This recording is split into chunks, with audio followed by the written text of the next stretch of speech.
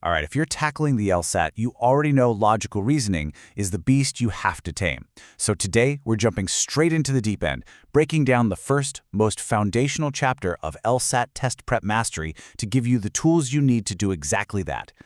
And why are we starting right here? Well, it's pretty simple. Logical reasoning isn't just one section among many. Nope, it shows up twice on the scored exam, which means it makes up nearly 2/3 of your entire score. So mastering this isn't just a good idea, it's absolutely everything.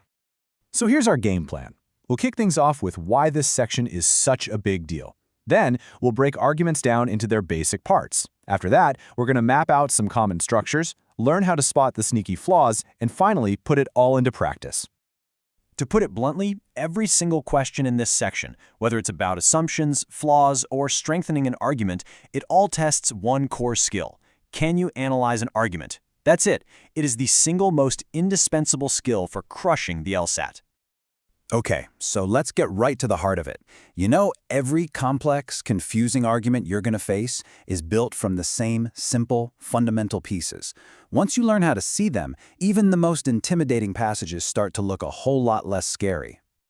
So first things first, what is an argument, at least in the LSAT world? It's not a fight, and it's not just someone's opinion. It's a structured attempt to persuade you of something. And it always has two parts: the evidence, which we call the premises, and the main point, which is the conclusion.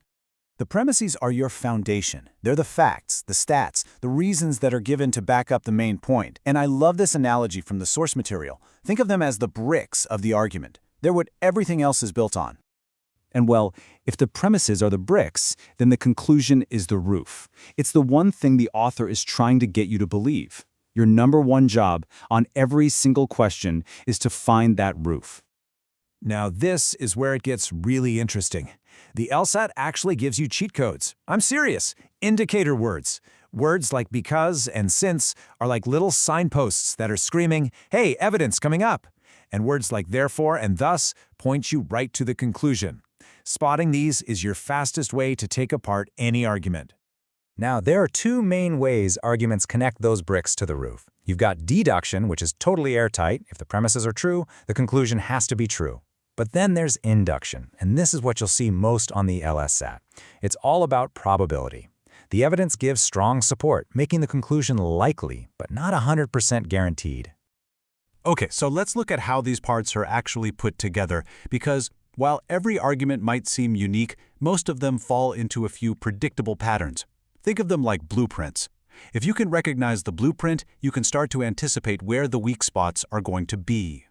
You know, for example, you might see a super simple argument. One brick, one roof. Or a more complex one, with a bunch of different bricks. Sometimes the premises are convergent, meaning each one supports the conclusion all by itself. Other times they're linked, like a chain. If you pull one out, the whole thing falls apart.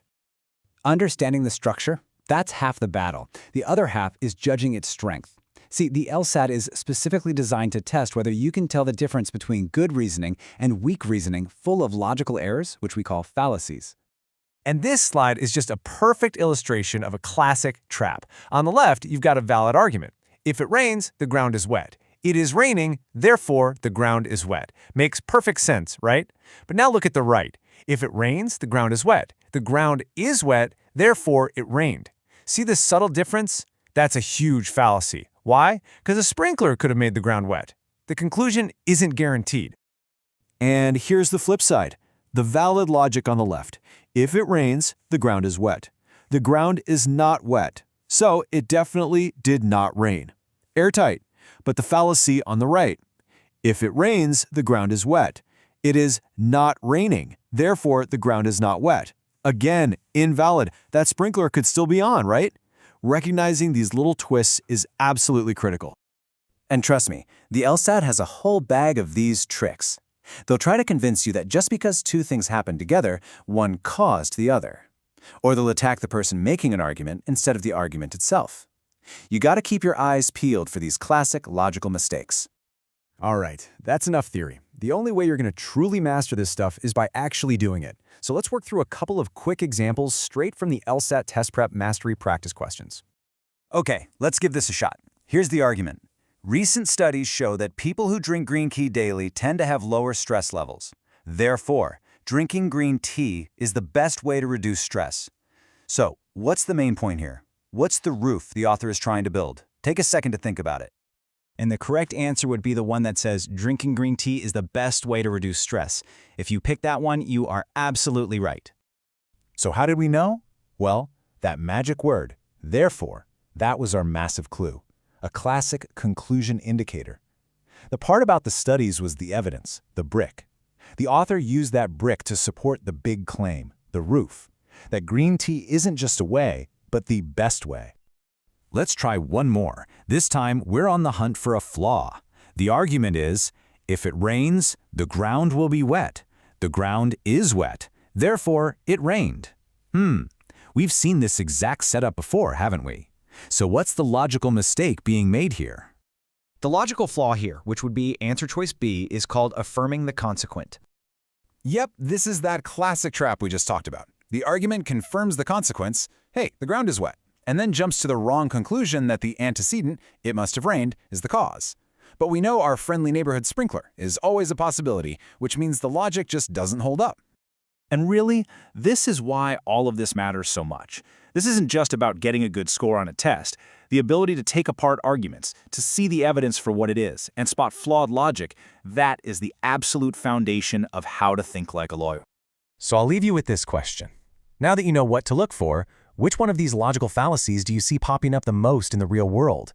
In the news, in ads, maybe even in arguments with your friends? Because I promise you, once you start seeing them, you can never unsee them.